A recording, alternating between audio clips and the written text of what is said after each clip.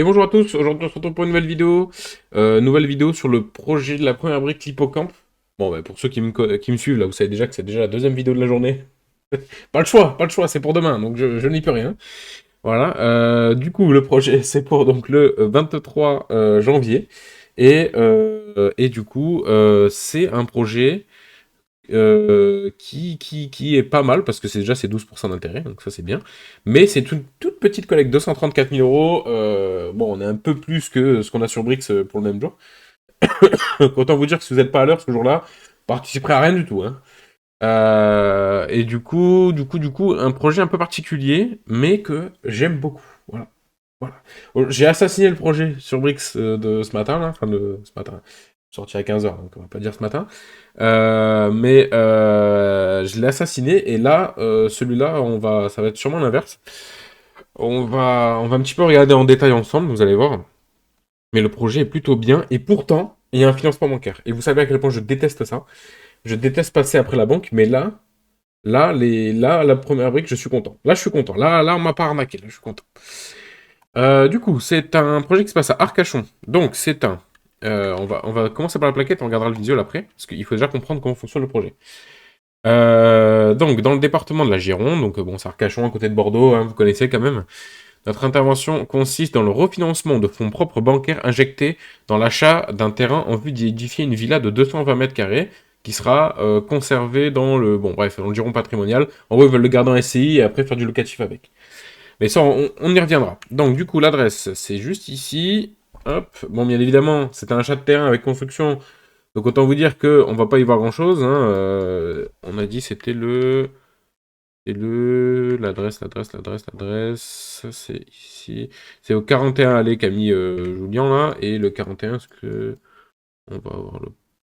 Bah, c'est ici, exactement. Donc, j'imagine que ça va être détruit et qu'à la place, ils vont faire une gigavilla à la place. Et il y a une date là, marqué 2019, là, je suis pas fou. Ok, bon, bah, il y a marqué 2019. Donc les photos de c'est 2019, j'imagine, peut-être. Mais en septembre 2008. Putain. Non, c'est écrit là, je suis con. Putain. Ah bah ouais, c'est vieux, ouais. Oui, donc bon, bah, pour le coup, on peut pas trop se fier à Google. Parce que là, c'est marqué 2019. Oh là là, là, vous voyez ma souris. Et ici, c'est marqué 2008. Donc je sais pas. Voilà. En tout cas, difficile de se faire un avis. Après, bon, c'est Arcachon. Honnêtement, on prend pas grand risque hein, sur la localisation. Donc c'est pas mal. Alors, ce financement est adossé. Alors ça, c'est rare qu'on en parle dès l'explication du projet, les hypothèques, mais c'est pas mal. Donc ce financement est adossé à une hypothèque de premier rang inscrite sur un appartement situé à Rixem. Je crois que ça se dit comme ça. Le remboursement du projet repose sur 3 hypothèses, détaillées dans la présentation ci-jointe, incluant notamment la vente d'une villa située à Arcachon. Ok, vous allez voir, ça a l'air dense, mais c'est tellement bien expliqué que c'est si clair. C'est exactement ce que je reproche à Brix. Là, très récemment, il y a un projet sur Dax. J'ai pas eu le temps de faire l'analyse, malheureusement. Mais le projet était pas bien expliqué. Et je pense que j'ai dû me reprendre 3 4 fois à le relire pour comprendre au moins le minimum. Pour comprendre comment ça fonctionnait. Et encore, je trouve qu'il manque d'informations parce que j'avais pas fini de tout comprendre. Donc c'est une des raisons pour lesquelles je n'ai pas fait la vidéo. Bon, la raison principale, c'est juste que j'ai pas eu le temps. Mais ça m'a pris tellement de temps rien que de moi le comprendre que impossible de vous faire une analyse. Donc, les porteurs de projet, Philippe et Julien, sont respectivement âgés de 64 et 34 ans et comptant de nombreuses opérations soldées avec succès. En effet, Philippe est promoteur immobilier depuis plus de 20 ans. Ça, c'est de l'expérience. Ça, c'est de l'expérience. Il n'y a pas de problème. Là, on y croit, là. Tandis que Julien est marchand de biens à titre professionnel depuis 3 ans. Bon, 3 ans, c'est pas beaucoup. Pour ce faire, ils peuvent compter sur l'accompagnement de leur banque historique, le Crédit Mutuel. Aujourd'hui, ils ont fait le choix de se tourner vers le compte immobilier pour refinancer les fonds propres. Qu'est-ce que ça veut dire? Ça veut dire qu'on va refinancer l'apport qu'ils ont donné à la banque pour qu'ils puissent récupérer leur rapport initial et s'en servir sûrement sur notre projet. Cet établissement bancaire, et nous sommes ravis de pouvoir l'accompagner. Bon, bref, voilà. Le financement. Alors, financement participatif de la première brique, 234 000 euros. Aux côtés de la banque Crédit Mutuel, 1 820 000 euros. C'est une putain de somme quand même pour une banque. Et des apports de nos porteurs de projet, Julien et Philippe, 247 000 euros, 437 000. Enfin, 437, pardon. J'ai fumé, moi. Pour la réalisation de cette opération, dans le cadre de la levée de fonds, donc, on peut entre 1 et 15 000 euros. En ce moment, j'ai l'impression qu'ils mettent exprès des hauts montants au maximum pour que les gros investisseurs mettent pas un bon billet pour que ça se finance quand même, hein, les projets. Un taux de 12%. 12%, c'est pas mal. C'est assez élevé même pour la première brique. Moi, je dis qu'au-dessus de 11,5% sur la première brique, c'est élevé. Voilà. Donc attention, hein, plus c'est élevé, plus c'est risqué. Mais ça me semble un projet bien maîtrisé quand même, hein. Je vais pas vous mentir, on va voir après, mais...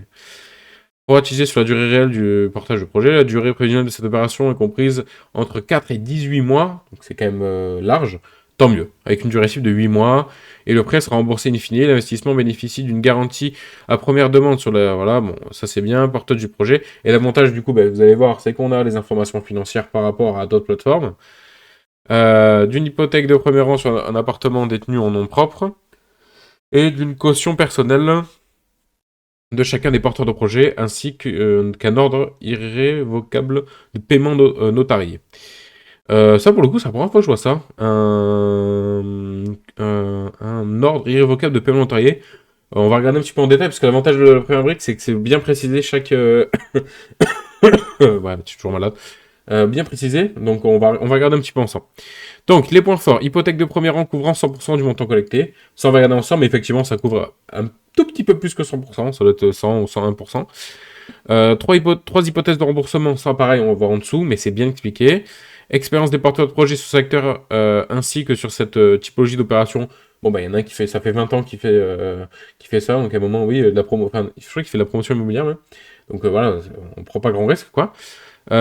Historique avec l'opération Le Pila, qu'ils ont réalisé chez du coup la première brique et qui a déjà été remboursé. Point faible, prix de sortie élevé, on parle d'une villa. Voilà, je peux juste m'arrêter là pour contrer le point faible, on parle d'une villa. Construction d'une maison neuve avec des belles prestations, justifiant le prix élevé, voilà. Pour rappel, plusieurs hypothèses de remboursement sont envisagées, mais nos porteurs privilégient la vente d'une villa située à Arcachon actuellement sous promesse de vente. On verra ça un peu en dessous, et voilà, on prend pas grand risque, moi je vous le dis. Charges travaux importantes. Ces travaux permettront de présenter à la vente un bien de qualité avec des prestations haut de gamme. De plus, la majorité des travaux seront supportés par la banque Crédit Mutuelle. Vous allez voir, en fait, il y a une grosse enveloppe de travaux, mais ça me paraît logique, hein. On est là pour, voilà, pour faire une une villa de 200 mètres carrés. Donc oui, les travaux sont chers, quoi. Alors, bon, le plan, vous pouvez voir, donc on est à Arcachon là-bas. Il y a Bordeaux à côté, voilà. Enfin, vous connaissez quand même. Ça c'est bon, ça c'est bon, ça c'est bon. Les visuels, bon. Du coup, c'est les visuels non contractuels, on les connaît, hein. C'est comme McDo. Hop. C'est normal, c'est la construction, on peut pas avoir de visuel, hein, c'est logique, hein. Hop. Le cadastre, c'est bon. Alors, les pistes de remboursement, très important. Je vous explique. Il faut savoir que là, elles sont dans l'ordre de priorité qu'ils vont utiliser. Donc le premier, c'est le premier scénario qu'ils veulent avoir. Le deuxième, c'est au cas où. Et le troisième, c'est vraiment en dernier recours. Il faut savoir que la villa qu'ils vont construire, comme je vous l'ai dit, ils veulent la garder dans une SCI et la mettre en location. Donc, leur dernier point, c'est de vendre la villa. Voilà, le 3, c'est vendre la villa.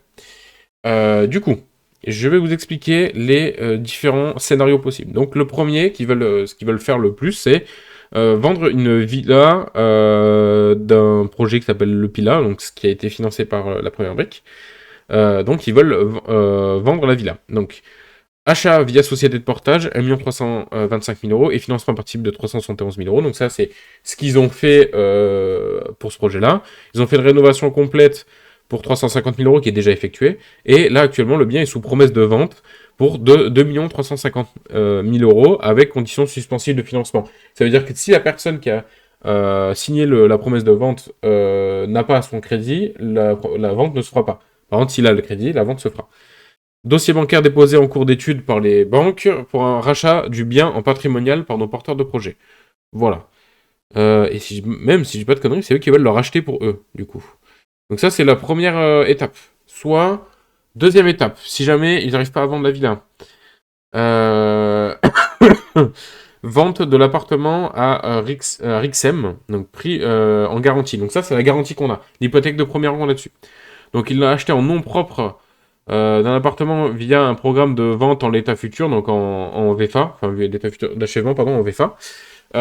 Financement bancaire de 182 000 euros qui est déjà remboursé. Et le bien était valorisé à 235 000 euros par le biais d'un avis de valeur. On est ravis. En cas de revente à ce prix-là, le bien couvrirait 100% du financement. Effectivement, ça couvre 100% des sous qu'on prête. Nous, on prête prête exactement 234 000 euros, donc ça couvrirait ça. Il manquerait juste les intérêts à nous régler en plus, mais en gros, ça coûte 100% de notre capital, donc sûrement qu'ils taperaient dans leurs sous un peu pour payer nos intérêts. Et si jamais les trois n'arrivent pas à se faire, hein, eh ben, après l'achat et la construction de la villa, ils la vendraient, tout simplement. En fait, du coup, alors, il y a 1,8 million de financement bancaire, 234 000 de financement participatif, on est à un peu plus de 2 millions. Construction d'une villa neuve, donc 625 000 euros. On est à 2 600 000 euros, mais le financement participatif leur redonne leur argent. Donc dans l'idée, on peut même pas on peut ne même pas le compter. Parce que c'est du refinancement, c'est pas pour le projet en fait. Donc je dis un peu de la merde. Donc ça ferait 1 million, enfin 2 millions 4 et ils gagneraient 2 millions 6 à peu près. Voilà. Donc ils pourraient largement nous rembourser nos sous avec ça. Oui, parce que je suis con, j'ai compté les financements participatifs dedans, alors qu'en fait, bah, c'est du refinancement. Donc en fait, c'est leur fonds propres, ça de base. Donc voilà. Donc dans tous les cas, ils peuvent nous rembourser. Ils ont trois possibilités. C'est lourd. Honnêtement, c'est très lourd. Pourquoi? Parce que c'est très sécurisant. C'est pas des amateurs. Ils ont du. Pardon, excusez-moi. Ok. Ils ont des projets derrière qu'ils ont déjà menés à bien et qui sont prêts à être revendus pour au cas où le projet ne va pas correctement jusqu'au bout. Du coup, là, le mieux, ce serait que bah, du coup, le premier scénario se passe, parce que dans tous les cas, eux, au moins, ils garderaient un appartement en plus, et ils pourraient utiliser la villa comme ils ont voulu. Mais voilà.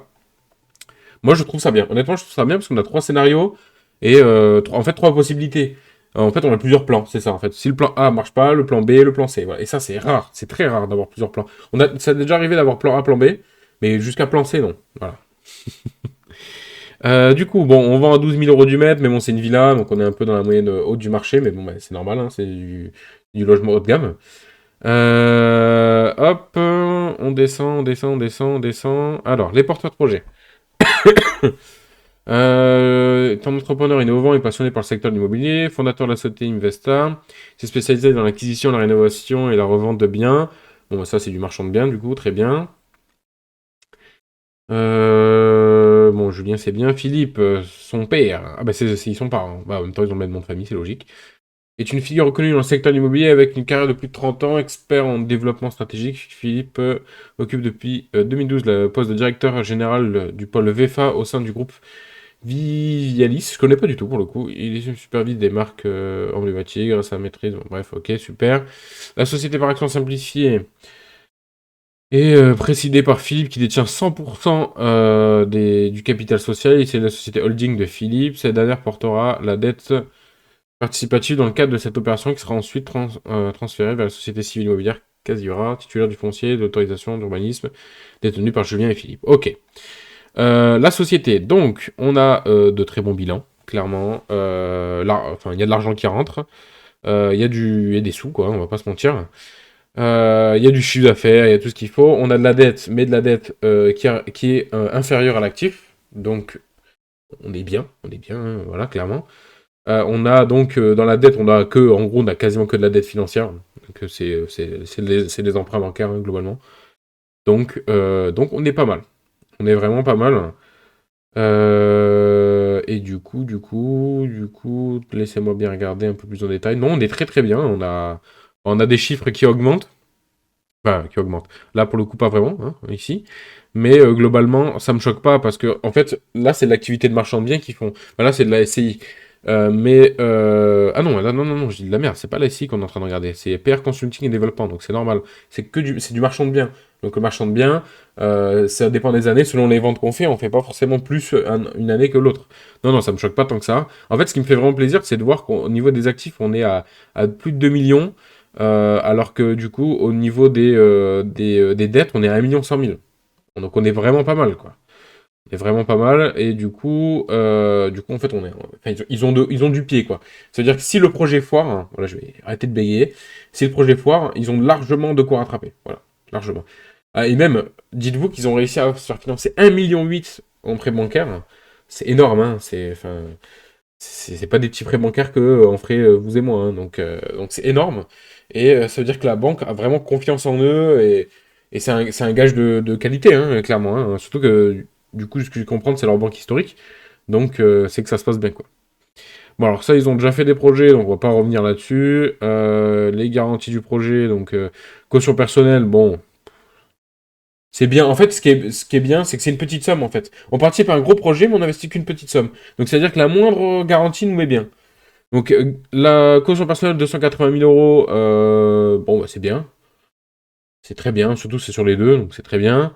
Garantie à première demande, donc là, on a... alors, dans le cadre du financement, ok, dont la dette sera portée par la société 1, nous avons décidé de prendre une garantie à la première demande de 280 000 euros. Bon, en gros, ça couvre nos... Ça, c'est bien, parce que 280 000 euros, ça couvre nos intérêts. La société civile immobilière aussi, propriétaire du terrain sur lequel sera édifiée la future villa. Ok, ça c'est bien. La garantie à première demande est un contrat autonome pour lequel une personne, appelée garant, s'engage à verser une somme déterminée à première demande des créanciers, et ce sans objection possible concernant à l'exécution des obligations des débiteurs. Ok, bon. C'est bien, c'est pas non plus la meilleure garantie du monde, mais c'est bien. Hypothèque de premier rang, ça c'est très bien. Donc il y a une hypothèque de premier rang sur un appartement qui vaut 235 000 euros. C'est bien. En gros, ça couvre 100% de notre capital. Mais après, attention, si jamais c'est vendu au tribunal, on perd 20% de décote facile, hein. Donc ça ne protégera pas 100% de notre capital non plus. Mais bon, ils ont tellement de pieds, ils sont tellement larges que je pense qu'ils le vendraient eux-mêmes, vu que c'est le deuxième scénario possible, et que dans tous les cas, du coup, on récupère au moins notre argent de base, quoi. Ok. Ordre irrévocable de paiement notarié, voilà, c'est ça que je veux regarder. Enfin, nous avons décidé de prendre un ordre irrévocable de paiement notarié sur la vente d'une villa située 3 avenues des Mésanges, la Teste de Bûche. Je connais pas du tout. Détenue par une autre société, par l'un de nos partenaires de projet, Julien, ce bien est actuellement sous promesse de vente. Ok, bon, en gros, ok, j'ai compris. Avec conditions suspensives de financement, l'ordre irrévocable de paiement notarié est un engagement pris par un débiteur certifié par le notaire chargé de la vente de transférer une somme d'argent à un bénéficiaire. La certification. Ok, en gros, j'ai compris. C'est super simple en fait. Quand la villa, donc là c'est le premier plan, le plan A. Si la villa est bien vendue, en fait, eh ben, ils récupéreront pas du tout l'argent eux et après ils nous font le virement. C'est le notaire qui nous récupère l'argent après la vente et qui nous enverra directement l'argent qu'il nous faut. Voilà. Donc c'est beaucoup mieux, enfin qui enverra à la première brique, hein, vous avez compris. C'est bien, après, pas partir avec les sous, hein. Ils ont pas d'intérêt. Ouais, bref, voilà, donc là, on est en train de regarder l'appartement. Donc à Rixem. Donc ils pensent le vendre à 3 683 000, ce qui est quand même dans les prix hauts du marché. C'est vrai qu'effectivement, ça a fait un petit froid. Ça, pour le coup, j'avais pas bien vu première lecture. Ouais, c'est un peu cher. C'est un peu cher. C'est un petit peu cher. La fourchette haute des prix pratiques à Rixem, justifiée par sa situation au dernier étage, sa grande terrasse et la présence de 2 garages. Ok, il y a 2 garages avec. On a une terrasse, dernier étage, c'est vrai que c'est le plus recherché, du coup, dernier étage, il n'y a personne là-dessus. Bon, ça me paraît un peu large, mais bon, c'est reste le plan B, donc... Et puis même, rien n'empêche de faire un plan B, puis de compléter avec des fonds propres, hein, après, hein. Ils en ont du fric. Le financement, bon, ça, très simple. Financement, donc 1,8 million par le Crédit Mutuel, 234 000 euros par nous, 247 000 par eux, enfin par les porteurs de projets, mais en gros, nous, on est là juste pour leur redonner leur argent de base, pour qu'ils puissent enchaîner sur d'autres projets.